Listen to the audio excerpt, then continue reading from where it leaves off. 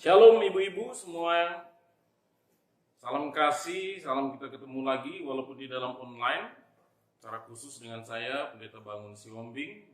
Hari ini kita ibadah dalam rangka bahwa satu tema yaitu berjaga-jaga dan berdoa. Sebelumnya mari kita berdoa. Bapa dalam sorga, inilah kami Tuhan, kami sangat bersyukur hingga saat ini Tuhan menyertai kami, membimbing kami. Dan kami sangat bersyukur di dalam semua pemeliharaan Tuhan bagi kami, dan kami berdoa saat ini ketika kami di rumah masing-masing. Kami bisa bersekutu melalui online ini, melalui live stream atau bahkan melalui Zoom ini. Biarlah Tuhan memberkati kami semua, menopang kami semua. Kami sungguh serahkan seluruh peralatan yang kami pakai. Kami sungguh serahkan untuk semua kami yang ada di rumah masing-masing. Biarlah Tuhan yang mengurapi sehingga pemberitaan firman-Mu sekalipun melalui rekaman ini akan menjamah, akan melawat kami semuanya. Terima kasih Tuhan, kami serahkan waktu ini ke tangan pengasihan-Mu. Segala anasir si iblis, gangguan si iblis yang coba menghalangi kami untuk tidak mengerti firman-Mu, dalam nama Yesus kami tolak, kami patahkan itu. Berfirmanlah Tuhan, kami siap mendengarkan. Dalam Yesus kami berdoa. Amin. Ibu-ibu sekalian, saya sangat senang sekali ketika bisa bertemu dengan ibu-ibu semua dan kita bisa mendengarkan firman Tuhan bersama-sama. Mari kita merenungkan firman Tuhan hari ini yang terambil dari Markus 14 ayat 32 sampai 42. Saya bacakan untuk kita. Lalu sampailah Yesus dan murid-muridnya ke suatu tempat yang bernama Getsemani. Kata Yesus kepada murid-muridnya, duduklah di sini sementara aku berdoa. Dan dia membawa Petrus, Yakobus, dan Yohanes serta ia sangat takut dan gentar. Lalu katanya kepada mereka, hatiku sangat sedih seperti mau mati rasanya. Tinggallah di sini dan berjaga-jagalah. Ia maju sedikit, merebahkan diri ke tanah dan berdoa supaya sekiranya mungkin saat itu lalu daripadanya. Katanya, ya Abba, ya Bapa, tidak ada yang mustahil bagimu. Ambillah cawan ini daripadaku, tetapi janganlah apa yang aku kehendaki, melainkan apa yang engkau kehendaki. Setelah itu ia datang kembali dan mendapati ketiganya sedang tidur, dan ia berkata kepada Petrus, Simon, sedang tidurkah engkau? Tidakkah engkau sanggup berjaga-jaga 1 jam? Berjaga-jagalah dan berdoalah, supaya kamu jangan jatuh ke dalam pencobaan. Roh memang penurut, tetapi daging lemah. Lalu ia pergi lagi dan mengucapkan doa yang itu juga. Dan ketika ia kembali pula, ia mendapati mereka sedang tidur. Sebab mata mereka sudah sangat berat dan mereka tidak tahu apa yang harus mereka berikan kepadanya. Kemudian ia kembali untuk ketiga kalinya dan berkata kepada mereka, tidurlah sekarang dan istirahatlah.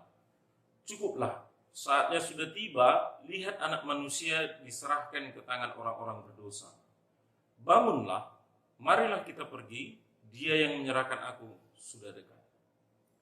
Ibu-ibu sekalian, ini tema yang sangat menarik bagi kita untuk kita sedang menghadapi pandemi corona ini. Mengapa saya katakan begitu? Ini tema yang harusnya menjadi nanti mengoreksi kita ketika kita berada di dalam posisi pandemi ini. Apa yang kita kerjakan ketika pandemi ini diizinkan oleh Tuhan. Ada satu kisah tentang seorang bapak yang menjemput anaknya ketika pulang sekolah. Ketika sudah pulang sekolah, sang bapak itu sudah ada di pintu gerbang sekolah. Tapi sang bapak ini tidak langsung memanggil anaknya, tapi dibiarkannya, dia mau tahu apakah anak itu akan mencarinya atau menemukannya. Dia tunggu 5 menit, dia tunggu 10 menit tidak ketemu. Anak itu pun memang jadi bermain. Tapi di sisi lain sampai waktu 20 menit juga tidak ketemu. Dia sambil melihat, tapi tetap tidak ada. Sang bapak akhirnya membunyikan klakson mobilnya dan anak pun tahu bahwa bapaknya rupanya sudah ada di situ. Dia bertanya kepada bapak waktu dia masuk ke dalam mobil, dari mana bapak dari tadi? Dan sang bapak cerita bahwa dia sudah 20 menit di situ. Apa yang kita mau lihat dari sini? Bahwa berjaga-jaga dan berdoa itu adalah satu hal yang kita kerjakan sekalipun dalam posisi kita dalam masa pandemi ini. Berjaga-jaga dalam bahasa Yunani itu berbicara, atau di dalam bahasa Yunani gregoresai.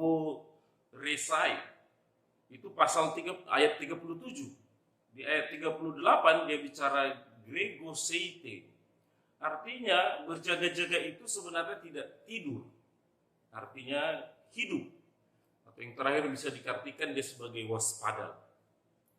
Sementara kita mungkin sama-sama tahu kalau berdoa itu artinya kita sedang berkomunikasi dengan Tuhan. Berkomunikasi dengan sumber dari segala sumber. Berkomunikasi dengan pencipta itu. Ibu-ibu sekalian, dalam nats ini kita akan melihat ada 5 hal. Yang pertama yaitu tentang seruan Allah supaya mereka sebenarnya berjaga-jaga. Ya, kita lihat memang di situ perintah duduklah di sini. Jadi bukan tidurlah di sini, gitu ya. Dan yang kedua ada satu seruan di sana, ya Aba ya Bapa. Yang ketiga ada dia berulang-ulang datang kepada murid-muridnya dan ada seperti tegurannya, yaitu apa? Simon, tidurkah kau? Yang keempat kita akan melihat nanti yang kita bahas yaitu berjaga-jaga dan berdoa. Yang terakhir dia ada bilang memang juga tidurlah kalau begitu, istirahatlah. Walaupun ini sebenarnya bukan lagi sedang perintah ya. Nah, kita akan membahas yang keempat ini yaitu tentang berjaga-jaga dan berdoa. Berjaga-jaga dan berdoa ini kalau kita coba artikan berjaga-jagalah berarti ada satu kesadaran terhadap kemungkinan serangan. Jadi kita kan kalau kita sudah mau perang atau kita sedang dalam pertempuran, kita itu sedang berjaga-jaga, artinya kita sedang siap kapan saja kita perang. Yang kedua, berjaga-jagalah ini bisa kita artikan atau kita lihat itu cermat dia. Jadi orang yang dikatakan berjaga-jaga, orang yang cermat melihat situasi, melihat lingkungannya. Sehingga yang berjaga-jaga ini disebut juga dengan bahwa dia selalu sadar tentang lingkungannya, tentang situasi apa yang dialaminya. Makanya kita melihat nanti ya, dengan kita berjaga-jaga di dalam masa pandemi ini seperti apa ya. Berjaga-jaga supaya kita jangan sakit, kan berarti kita sebenarnya menambah imun badan kita. Dan kita akan selalu sadar tentang kondisi itu sehingga kita menjaga kesehatan. Ya ibu-ibu ya, kita kalau boleh selalu sehat. Amin. Yang berikut ingin kita lihat, maka mengapa rupanya ini diserukan berjaga-jagalah dan berdoalah. Ayat 38 dibicarakan di sana, yaitu berjaga-jagalah dan berdoa supaya kamu jangan jatuh dalam pencobaan. Roh memang penurut, tapi daging lemah adanya. Jadi di sini kita ingin melihat ada beberapa hal mengapa kita harus berjaga-jaga dan berdoa. Yang pertama adalah dikatakan di sana yaitu tentang ada datangnya cobaan itu. Ini walaupun yang kerja dari sini atau yang menggerakkan ini adalah iblis ya. Jadi Tuhan tidak pernah mencobai kita. Tapi dia sedang mengizinkan tentang cobaan itu datang. Yang kedua di sana dibicarakan tentang roh penurut. Memang roh kita ini ditempatkan di dalam diri kita, di dalam tubuh ini, kan gitu ya. Roh memang penurut, artinya bahwa roh ditempatkan di dalam tubuh kita, di sana penurut dalam arti bahwa dia memang berkemauan keras untuk mengerjakan kehendak Allah. Tetapi karena dia ditempatkan di dalam daging, di dalam tubuh kita, maka tubuh ini punya kerendahan atau kemauan yang rendah. Beda tadi dengan kita berbicara tentang roh. Kedagingan kita ini punya kekuatan itu lemah. Karena kedagingan kita ini senang untuk dimanjakan. Jadi kita senang untuk misalnya membuat dia semenarik mungkin. Jadi makanya kedagingan ini lemah, apalagi kalau dibuai dengan pesta pora. Tetapi kedagingan ini juga lemah, ketika kita berbicara tentang banyak persoalan yang kita hadapi. Kita akan mudah sekali kita khawatir. Ya, nanti kita melihat. Nah, sekarang kita ingin melihat berjaga-jaga seperti apa yang Yesus bukakan, teladankan kepada kita melalui nats di Taman Getsemani ini, di sekitar Bukit Jego. Yang pertama ingin kita melihat apa? Bahwa Yesus Kristus mengalami satu kegentaran hati ketika dia ada di Taman Getsemani. Artinya dia berada di sana dalam posisi dia berada di dalam begitu menderitanya, begitu dia cemasnya oleh karena apa yang dia tahu tentang apa yang akan dia alami.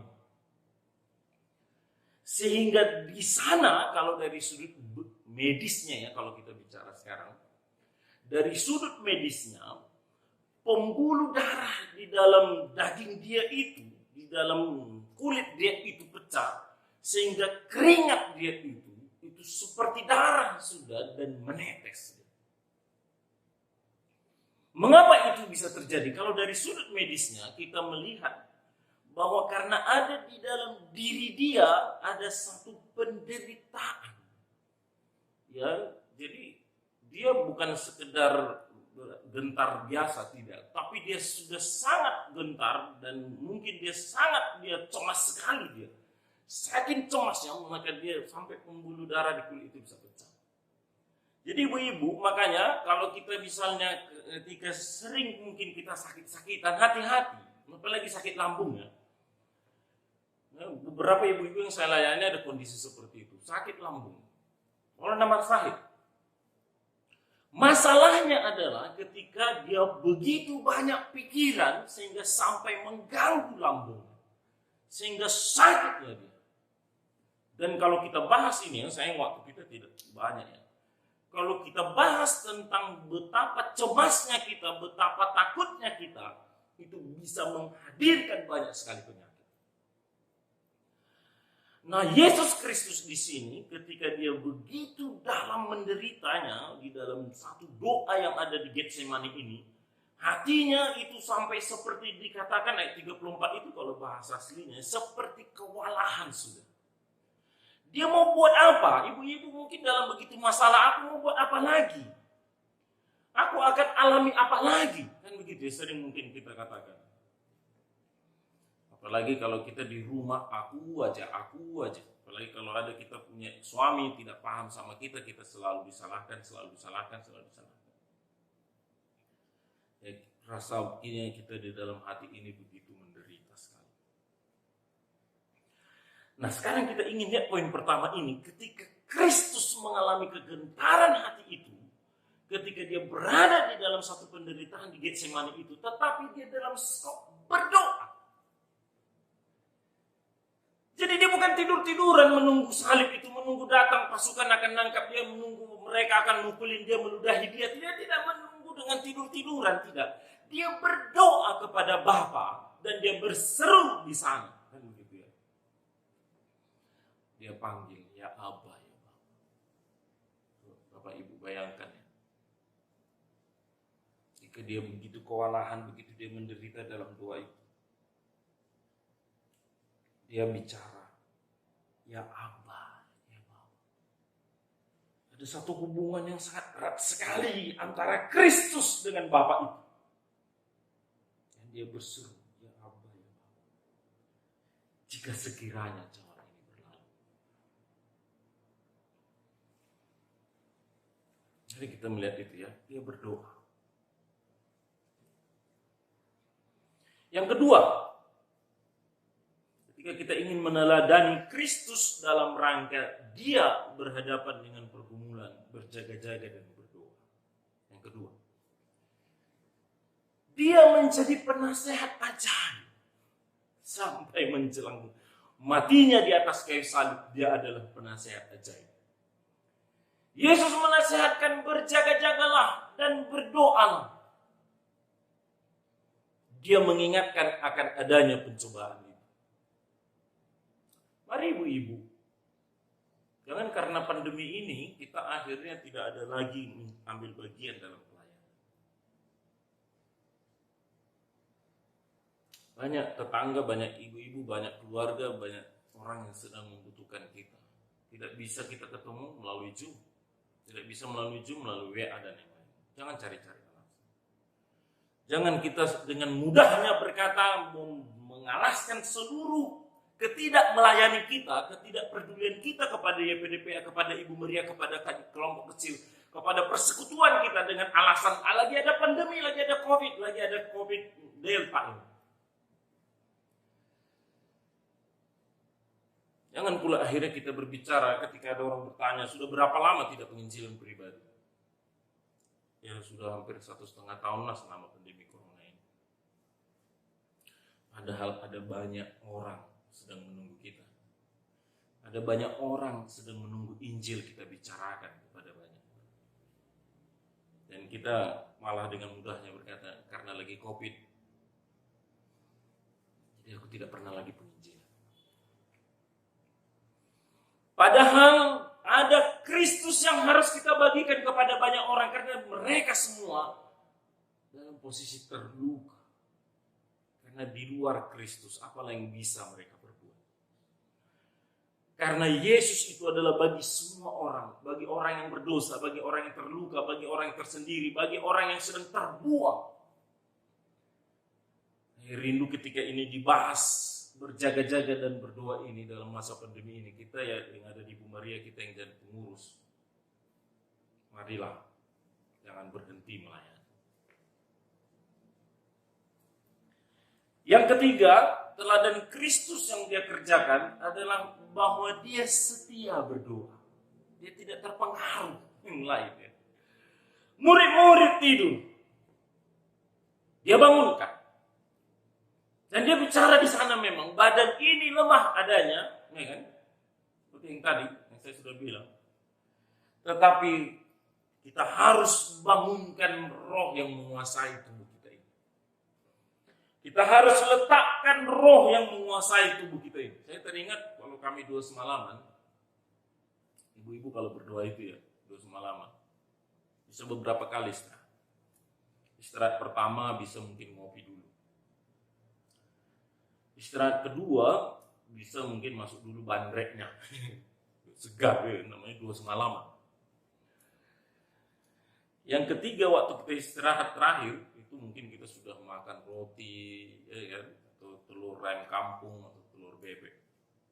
Sehingga kita berjaga-jaga.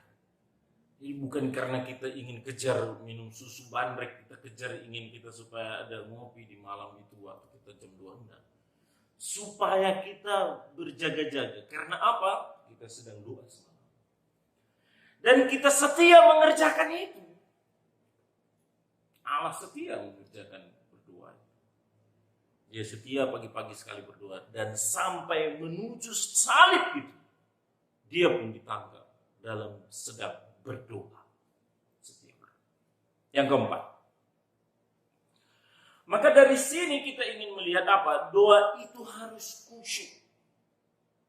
Sekali lagi ya, saya ingin berbagi tentang doa semalaman yang sering saya bukakan di jemaat maupun ketika di YPDPA. Apa itu? Kami berdoa itu bebas ya. Ketika mungkin ada yang ingin berdiri, silakan berdiri. Bersuara dia mungkin nyamannya karena dia sedang mengobarkan kepada dirinya doa-doa itu sehingga doa semalaman itu terjaga dan berlangsung terus. Dia bersuara. Jadi tidak dalam hati, dia jadi tidur. Makanya doa yang khusyuk juga yang kita kerjakan dengan berjaga-jaga ya sambil apa ini namanya nih pandemi ini ya, ibu-ibu apalagi yang sudah lansia ya. Halo ibu-ibu yang lansia. Supaya kita lebih serius berdoa, lebih sungguh-sungguh berdoa ini, kita bisa buat topik ya. Dengan topik itu kita akan terhangatkan gitu loh ya. Tanya anak itu apa topik doanya. Apa mau permasalahannya, kita doakan. Mungkin kurang, tanya tetangga. Apa sih yang mau kita doakan dari dia gitu ya. Makanya kita harusnya menjadi garam dan terang ya dimanapun kita berada. Tanya gereja, apa topik doa yang penting di masa pandemi ini sekarang? Apakah finansial ekonomi di gereja sedang turun? Siapa yang menopang itu dalam doa? Harapan kita ibu-ibu yang mungkin sudah tidak bisa berbuat apa-apa lagi ya. Karena mungkin sudah faktor usia. Jadi kita minta topik doa. Kita minta topik 2 kepada Bang Pik. Kita minta topik 2 kepada YPDPR. Apa yang paling urgent sekarang ini untuk kita doakan? Dan doa dari Yesus Kristus, Aba ya Bapa, jikalau bisa, ambillah cawan ini. Tapi dia berbicara di sana, tidak sedang mengatakan bahwa jadilah kehendakku, enggak, tetapi dia bicara, but not what I will, but what you will. Bukan apa yang menjadi keinginanku atau kehendakku, tetapi apa yang menjadi kehendak daripada Allah. Ini kedalaman topik daripada Yesus Kristus. Dia sedang berdoa dari sudut kemanusiaannya, karena dia 100% manusia. Dia berbicara, jikalau boleh cawan ini. Tetapi dia adalah Allah, itu dia adalah Tuhan sendiri. Maka dia berbicara, bukanlah kehendak, tapi kehendak Bapa. Ini kedalaman topiknya. Apa kedalaman topik ibu-ibu sekarang? Pergumulan apa yang kita hadapi?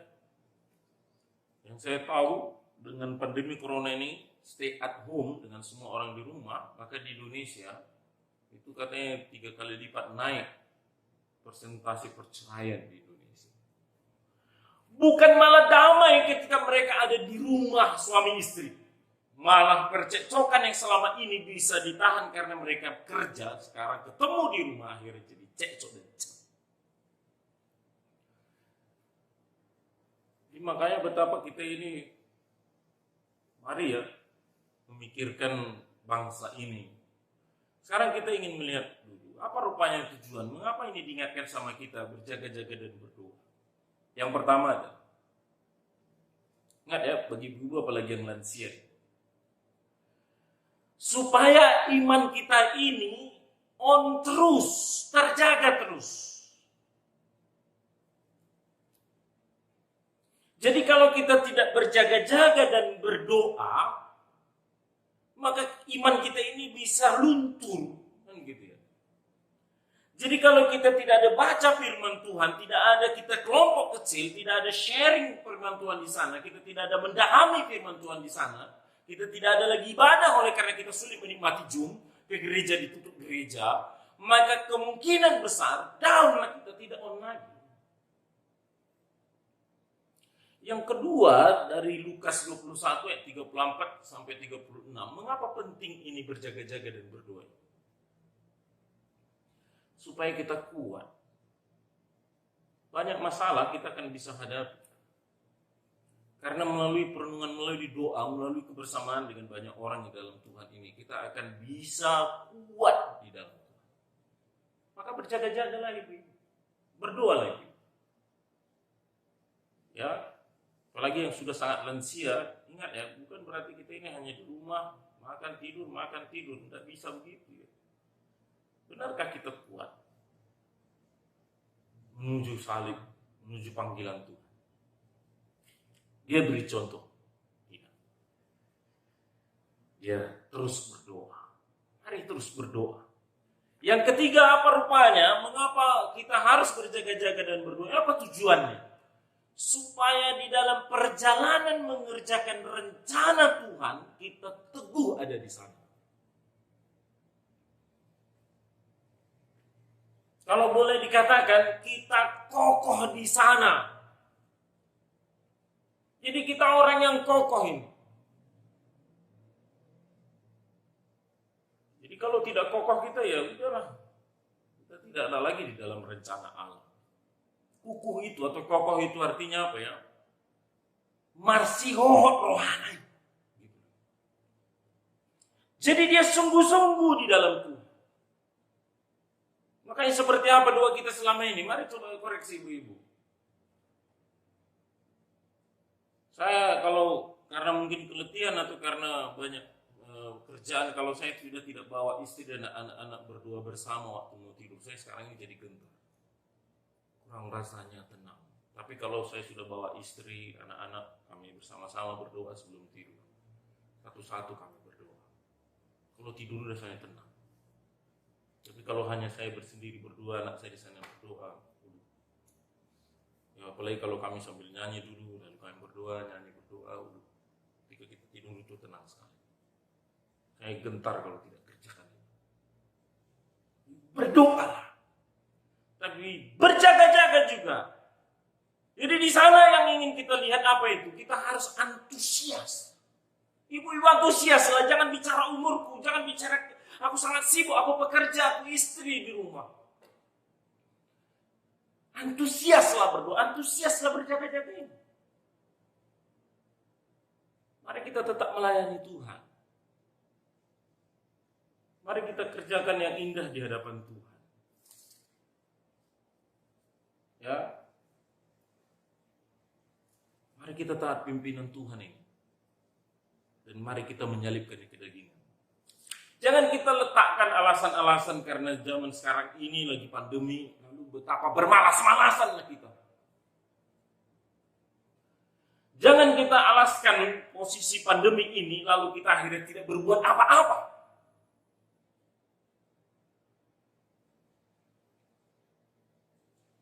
Mari kita koreksi akan hal itu. Kita kalau boleh berjaga-jaga ini itu antusias.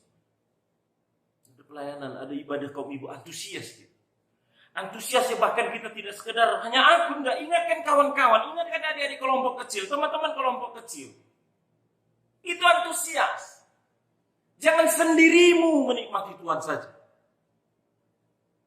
Ingat ya, yang berjaga-jaga itu juga. Saya ingin koreksi kita terus. Ini yayasan penginjilan dan Alkitab. Yayasan penginjilan. Kalau boleh saya bertanya kepadamu semua ibu-ibu Maria yang mendengar khotbah ini. Di mana penginjilan?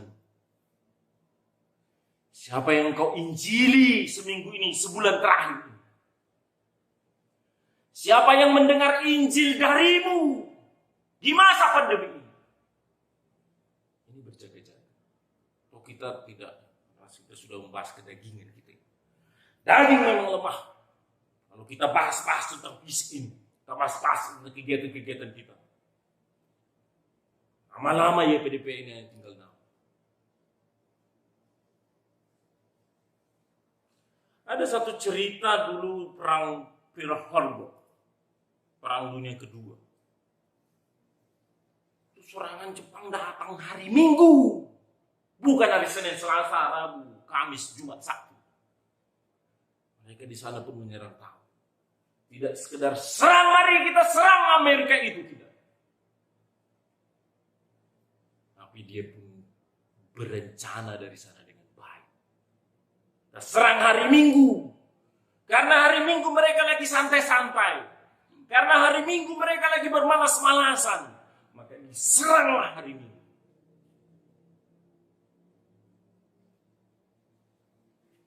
Habislah. Kalau ibu-ibu pernah menonton filmnya, kisah nyata itu yang sudah difilmkan. Kapal-kapal pesawat-pesawat Amerika itu dilantahkan oleh bom yang dijatuhkan pada hari Minggu pagi-pagi. Karena orang sedang santai-santai semua, tidak peduli. Tidak ada yang berjaga-jaga, sehingga datang serangan semua tidak tahu mau ngapain. Baju aja nggak dipakai, apalagi senjata semua tersimpan dengan baik. Sehingga ketika datang serangan banyak yang mati. Tidak ada yang tahu dan tidak mengerti bagaimana melawan. George Washington akhirnya bicara. Dia bicara apa itu? Kesiapan untuk perang adalah alat yang paling efektif memelihara perdamaian. Ini tidak tahu ya, ibu coba simak baik-baik. Akhirnya George Washington berbicara. Kesiapan untuk perang adalah alat paling efektif memelihara perdamaian. Mari kita renungkan ini. Jadi kalau bisa kita katakan ini, kesiapan diri kita di dalam roh ini, di dalam hidup kita yang bersekutu dengan Tuhan ini, adalah hal yang paling efektif untuk memelihara hubungan kita dengan Tuhan, untuk memelihara pelayanan kita, untuk tetap membakar roh kita melayani Tuhan. Karena ingat ya, mengapa kita berjaga-jaga dan harus berdoa terus ini? Karena akan ada kedatangan Kristus yang kedua kali. Kenapa kita harus berjaga-jaga ini? Dan juga harus berdoa ini? Karena ada satu saat di mana kita tidak tahu kita akan dipanggil Tuhan. Mengapa kita harus antusias tentang berjaga-jaga dan berdoa ini? Adalah karena kita sedang dimintakan siap sedia untuk berbagi kesaksian kepada banyak orang. Jadi ini bukan hal yang main-main. Ini tidak sedang bermain-main kita di dalam mengikuti Tuhan ini. Mari kita berjaga-jagalah. Nah, mari kita berdoa. Amin. Mari kita berdoa. Bapa di dalam sorga, terima kasih Tuhan. Kami sangat bersyukur untuk firman-Mu ini. Mengingatkan kami kembali apa itu berjaga-jaga dan berdoa. Dan teladan kami adalah Yesus Kristus. Dia yang telah menunjukkan itu kepada kami.